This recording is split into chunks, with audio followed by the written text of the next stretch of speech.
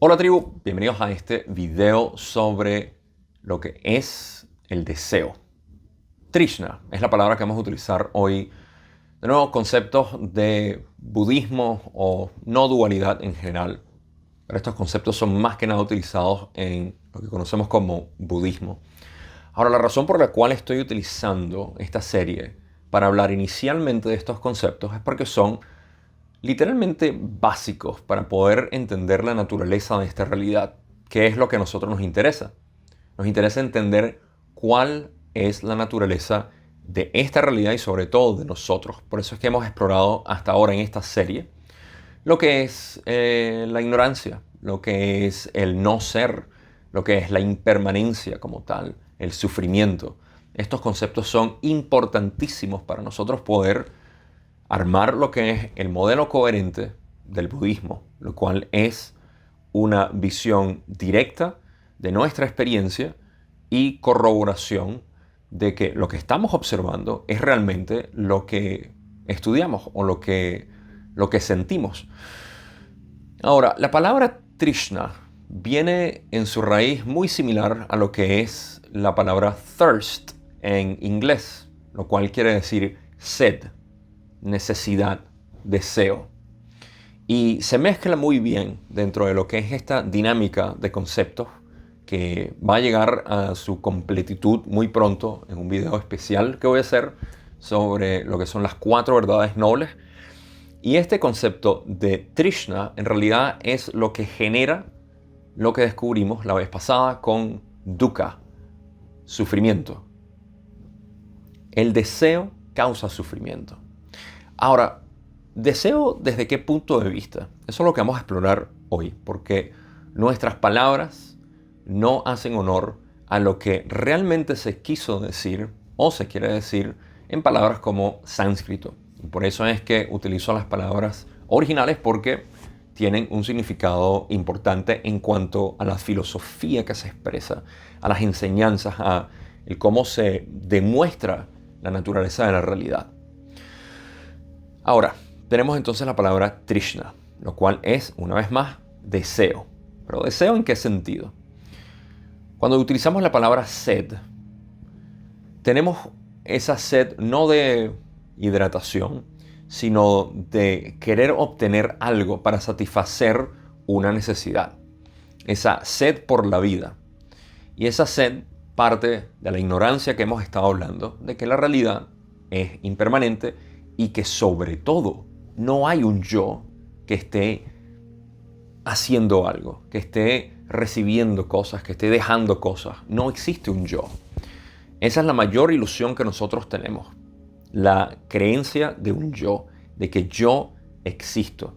Y es la parte más velada de la conciencia desde este punto de vista. Porque seguimos pensando que debido a nuestra sensación física y mental, estamos separados. Pero esto no es así, y esto lo podemos explorar sin ningún esoterismo, sino simplemente con nuestra experiencia y revisar quién soy. Entonces, a partir de nuestra ignorancia de lo que es la realidad, que es impermanente y que el ser tampoco existe, viene el deseo.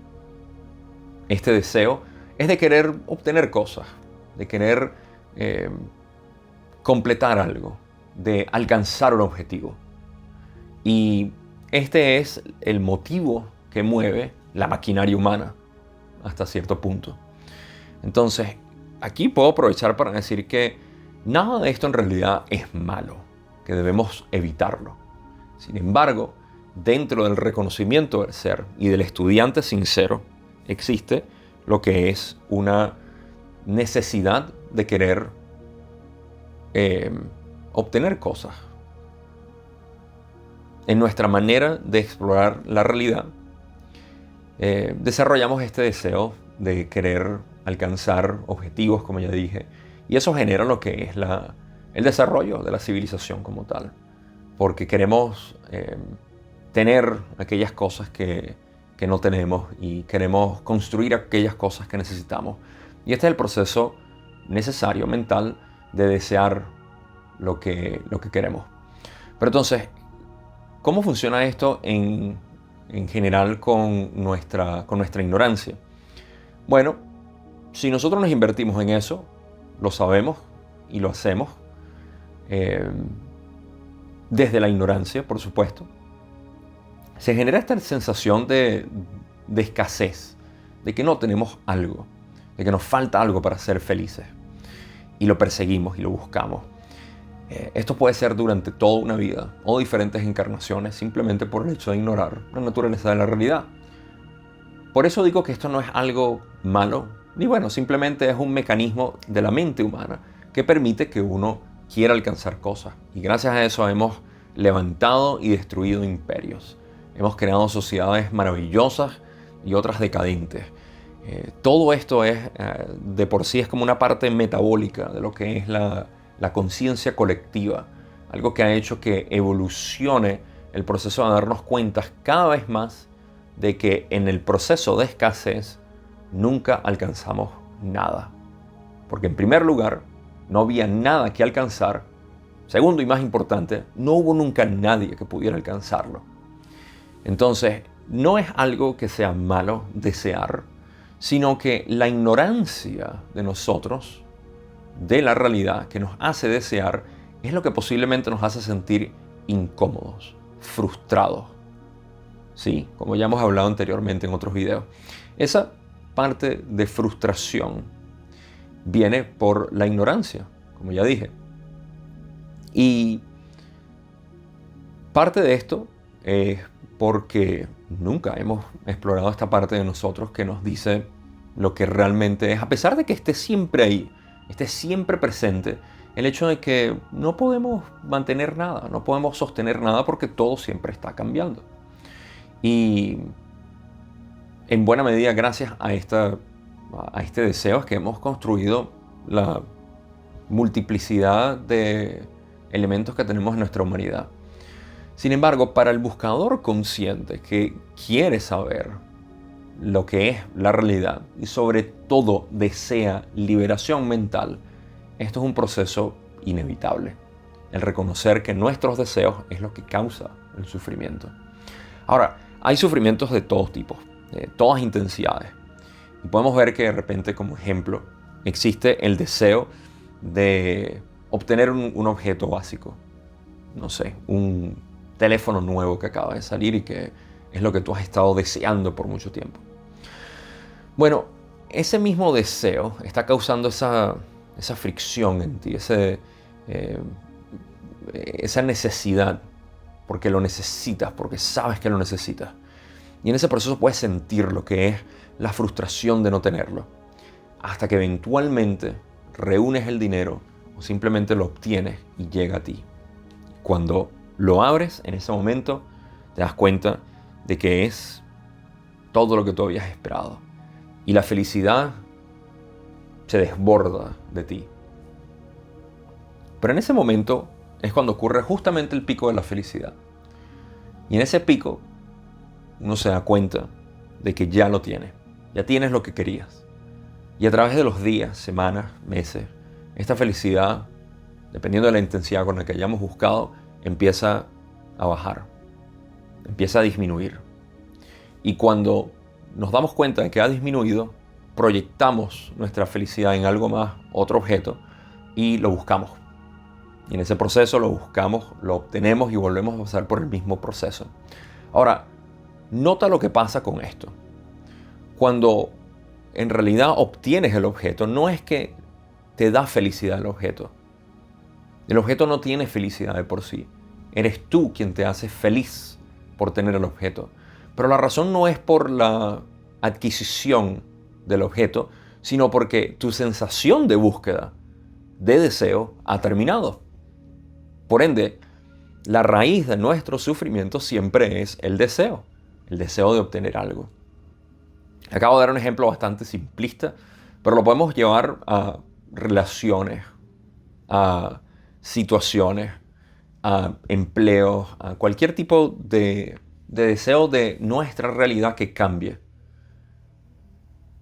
Y vemos que pasa lo mismo. Cuando llega el momento, lo que acaba es simplemente la búsqueda. Y en ese momento hasta a veces nos podemos sentir incómodos porque no sabemos qué hacer ahora. necesitamos esa búsqueda. Hay personas que confiesan y dicen que una vez que han encontrado lo que querían, se sienten hasta deprimidos porque no saben qué más buscar y tienen que buscar otro objeto para el cual aferrarse. Alan Watts, mi filósofo favorito, decía que una traducción de Trishna, de hecho, es aferrarse, porque es intentar aferrarse de una realidad que no existe. Es como intentar agarrar tu sombra. Y la frustración que viene de intentar agarrar tu sombra es natural. Y eso es lo que nosotros estamos haciendo de una manera abstracta. Hablando de abstracto, otra manera de nosotros poder sufrir por el deseo de algo, que pasa muchísimo en las comunidades espirituales, es que la persona ha sufrido toda su vida por ser un ser limitado, físico.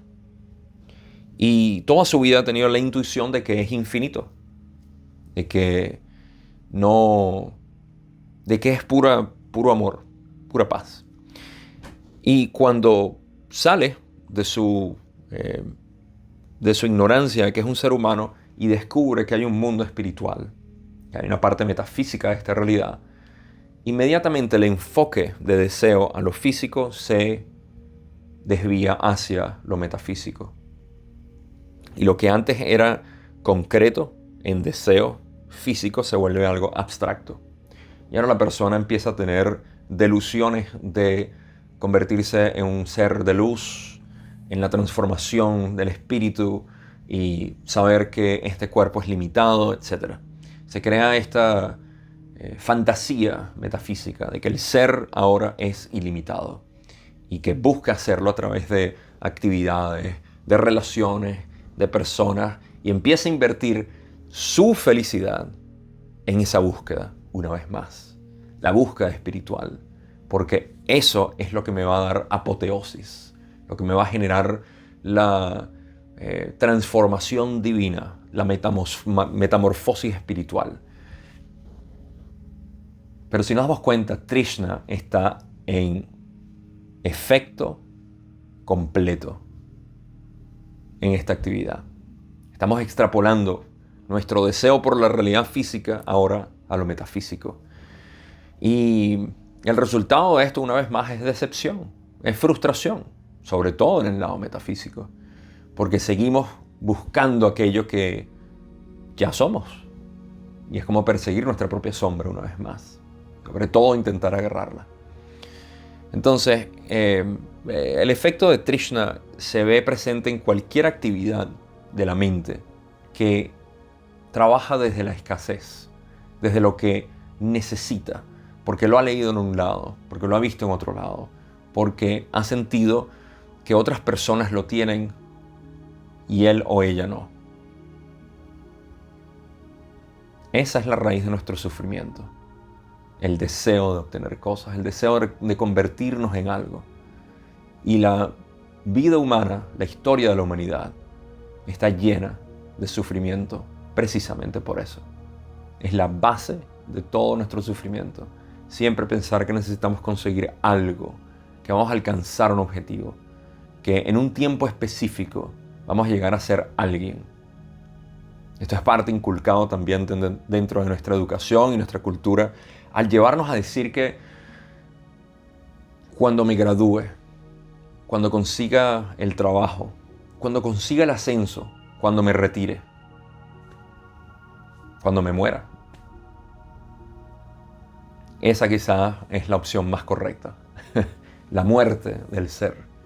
No la muerte física biológica, sino la muerte de este ser separado, de este ser en búsqueda constante. La liberación mental que ocurre a través de este reconocimiento es total, porque tenemos que abandonar todo tipo de búsqueda. Tenemos que abandonar todo tipo de deseo.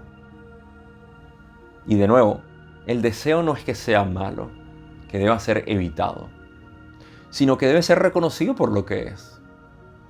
Es el deseo por algo imposible. Y está bien jugar el juego, siempre y cuando seamos conscientes de lo que estamos haciendo.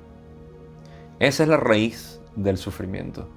Y esto es lo que le da conclusión, en esencia, a a esta introducción de los elementos que son los que causan la fricción de nuestra vida. Una vez más, todo esto es una manera bien empírica de poder probar lo que es esta realidad. No hay ningún concepto esotérico en todo esto. Y ciertamente el budismo y el no dualismo en general carece de este tipo de conceptos metafísicos, excluyendo por supuesto el hinduismo, que es bastante metafísico, y de donde de hecho nosotros traemos todos nuestros conceptos de chakras y de energía, etc. Esto no niega la existencia de un mundo metafísico, pero en el descubrimiento del ser no es necesario, es adorno. Es como decir que para el descubrimiento del ser necesitamos descubrir todos los átomos que existen, ya los descubrimos. Ahora tenemos que descubrir cuáles son los compuestos del átomo, ya los descubrimos. Y ahora necesitamos encontrar la partícula de Dios, el Higgs boson. Y ya lo encontramos. ¿Y ahora qué? ¿Qué más buscamos? En el lado metafísico va a ocurrir lo mismo. Vamos a seguir buscando lo que es las diferentes infinitas subdensidades que existen para poder entender cuál es el funcionamiento de nuestros centros energéticos y poder alinearnos perfectamente para, una vez más, conseguir, como el ave fénix en la muerte, ascender como dioses.